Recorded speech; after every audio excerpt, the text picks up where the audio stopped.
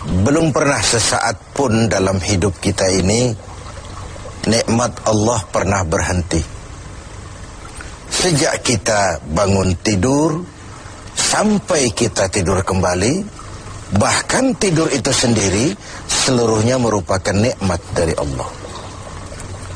Terhadap nikmat yang sedemikian banyak itu, yang jikalau kita akan mencoba menghitungnya, sungguh kita tidak akan pernah sanggup menghitungnya. Allah cuma minta satu: syukuri nikmat itu. La in syakartum la azidannakum wa la in kafartum inna azabi lasyadid. Kalau kamu bersyukur, aku tambah nikmatku kepadamu. Kalau kamu ingkar, tidak pandai bersyukur, awas loh, azabku itu pedih. Jadi kalau kita mau ambil mafhum dari ayat ini, nikmat bisa berubah menjadi azab kalau kita tidak pandai mensyukurinya. Nikmat bisa berubah menjadi azab kalau kita tidak pandai mensyukurinya. Nikmat apapun itu. Sehingga boleh jadi orang kaya bisa saja masuk surga karena hartanya, dan orang kaya pun tidak jarang yang masuk neraka juga karena hartanya. Syukur apa tidak syukur? Pejabat bisa saja masuk surga karena jabatannya. Pejabat pun tidak jarang masuk neraka juga karena jabatannya. Syukur apa tidak syukur? Orang berilmu, orang alim sekalipun bisa masuk surga karena ilmunya. Pun orang alim bisa masuk neraka lebih dulu dari penyembah berhala juga karena ilmunya. Syukur apa tidak syukur? Nah, kita zon politikan, makhluk sosial yang tidak mungkin hidup sendiri. Kita bermasyarakat, kita perlu orang lain. Nah, di dalam bergaul bermasyarakat kita bertingkah laku, berperilaku, berbuat, berkata dan sebagainya. Apapun perilaku kita di masyarakat pasti punya dampak bagi orang lain, bagi masyarakat sekitar kita, mungkin juga bagi lingkungan di mana kita hidup, di lingkungan di mana kita tinggal. Nah, dampak inilah yang sering kita tidak perhatikan, bahwa pada dasarnya tidak ada kebebasan mutlak. Kebebasan kita dibatasi kebebasan orang lain. Satu contoh yang gampang. Saya beli radio pakai uang saya.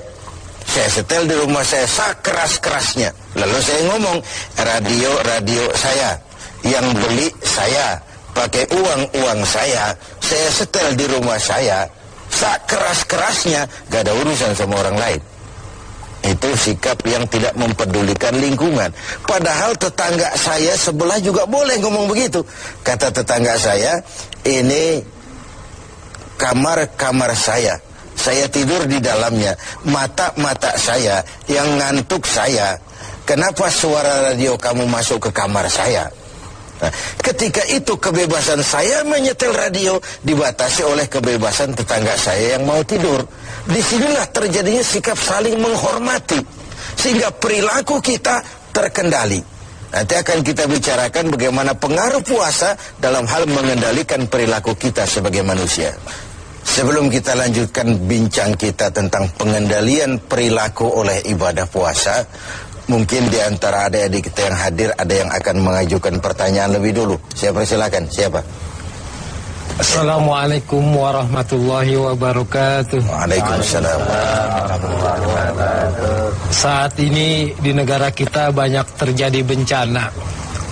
Bagaimana menurut pandangan agama? Ya, sesuatu yang aktual, tetapi mungkin nanti dari pembicaraan ini akan runtun mengarah kepada jawaban atas pertanyaan tadi, karena saya lihat ada sinkron ya, ada kesinambungan. Begini, tadi di awal pembicaraan kita membicarakan ayat, kalau kamu bersyukur aku tambah nikmatku kepadamu. Kalau kamu ingkar, awas, azabku itu pedih. Nah, kita bangsa Indonesia ini oleh Allah dikaruniai sebuah negara yang istilah Al-Quran itu baldatun thayyibah. Sebuah negeri yang begini subur, Buminya, di atas perut bumi kita segala pohon hidup. Di bawah perut bumi kita ada gas, ada minyak, ada batu bara. Laut kita yang merupakan 2/3 negeri ini, pasir lautnya saja bisa dijual menimbun Singapura sana. Ada minyak lepas pantai, ikan kita luar biasa, sehingga negeri-negeri lain sering menangkap ikan di perairan Indonesia. Kemudian hutan kita jutaan hektar. Laut kita kaya, bumi kita kaya, hutan kita kaya. Tetapi rakyat kita masih belum bisa lepas dari kesulitan. Timbul pertanyaan, selama ini kita diberikan hutan yang begitu luas jutaan hektar, apa kerja kita? Nebangin doang, nggak pernah nanemin lagi. Terjadi pengundulan hutan di mana-mana. Yang namanya illegal logging, tidak ngerti juga kita. Penebangan liar itu kok bisa ratusan kubik seperti itu? Akibatnya apa? Tanah longsor, banjir melanda, terjadi pengundulan. Akibat ulah yang kita lakukan sendiri. Mengambil istilah Al-Quran, Zaharul fasadu fil barri wal bahri bima kasabat aydin nas. Bertebaranlah kerusakan di daratan dan di lautan akibat ulah manusia sendiri. Kita yang tidak pandai mensyukuri nikmat Allah, dikaruniai negara yang begini kaya sumber daya alamnya, yang diamanati memegang jabatan, lupa diri dan lupa daratan. Sementara kita sendiri tidak bisa mengelola negeri ini dengan baik. Yang disuruh ngurus beras, sering nimbun beras. Yang disuruh ngurus laut, sering jadi bajak laut. Yang disuruh ngurus hutan, rame-rame jadi orang hutan.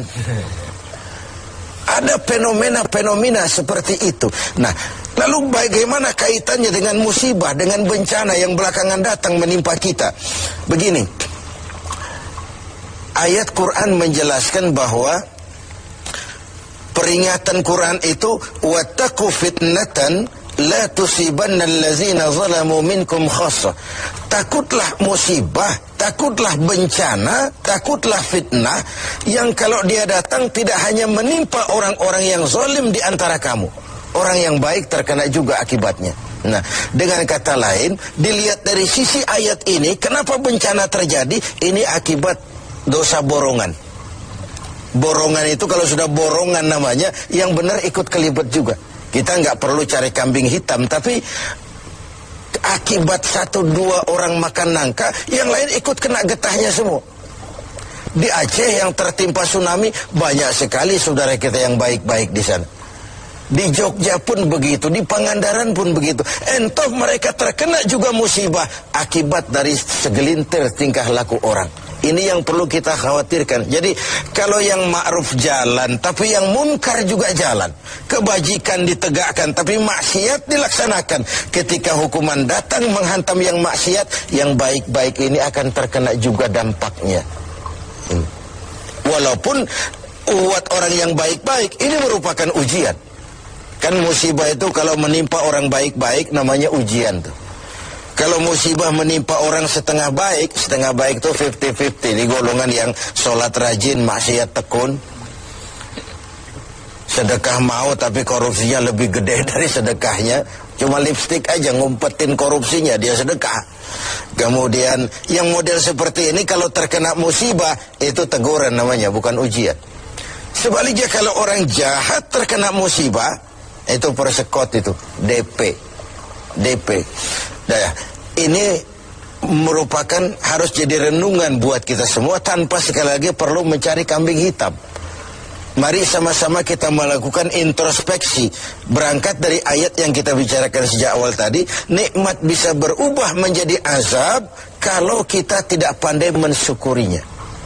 Nah, ada hadis kursi balah menjelaskan, terkadang melihat ulah manusia, aku ini kepengen turunkan azab saja, kata Allah. Tetapi ketika aku melihat orang-orang tua yang sujud di keheningan malam, bayi-bayi yang tanpa dosa masih menyusu, dan binatang ternak melata mencari makan, murkaku pun surut, azab aku tarik kembali. Kalau kita renungkan hadis ini, masih ada yang meredam murka Allah, menjaga keseimbangan. Orang-orang tua yang di keheningan malam sujud sambil berlinang air mata, nangis di hadapan Allah. Kita hutang jasa dengan orang-orang tua seperti itu. Bayi-bayi yang tanpa dosa, masih putih, bersih, masih menyusu. Dan binatang ternak melata mencari makan, itu potret dari lingkungan keseimbangan hidup. Sekarang kan binatang hampir nggak punya tempat. Kita baca dalam berita itu bagaimana di Pekanbaru sana gajah nyasar ke kota karena hutan kebakar. Ya. Air kita nggak berikan tempat, lalu ngayap kemana-mana, masuk ke lingkungan penduduk. Sesuatu yang dulu air ada tempatnya, sekarang semua buat manusia. Sehingga ketika air datang, mana nyasar dia ke tempat kemana-mana. Ini sebuah potret bahwa kalau masih ada orang-orang yang sujud kepada Allah tengah malam sambil berlinang air mata, masih ada putra-putra bersih tanpa dosa, masih terjaga lingkungan hidup, bencana tidak akan sebanyak ini. Tapi yang terjadi adalah sebaliknya. Yang diajarkan itu orang tua tengah malam sujud, bayi tanpa dosa menyusu. Nah sekarang akibat terjadinya pergeseran nilai, bayi tanpa dosa sering dibuang ke tempat sampah, sementara orang-orang tua tengah malam rebutan nyusu. Ini kan sebuah kesalah setelan dalam menjalani kehidupan ini. Oleh karena itu, menghadapi banyaknya musibah, menghadapi banyaknya bencana, kita tidak perlu mencari kambing hitam, tapi mari melakukan introspeksi. Kalau diuji, kita bukan saja harus sabar, tapi harus lulus.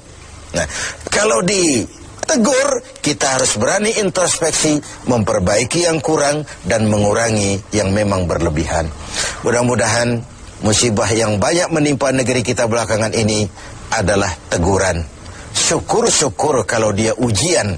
Dan sekali lagi, bukan saja kalau diuji kita harus sabar, tapi juga harus lulus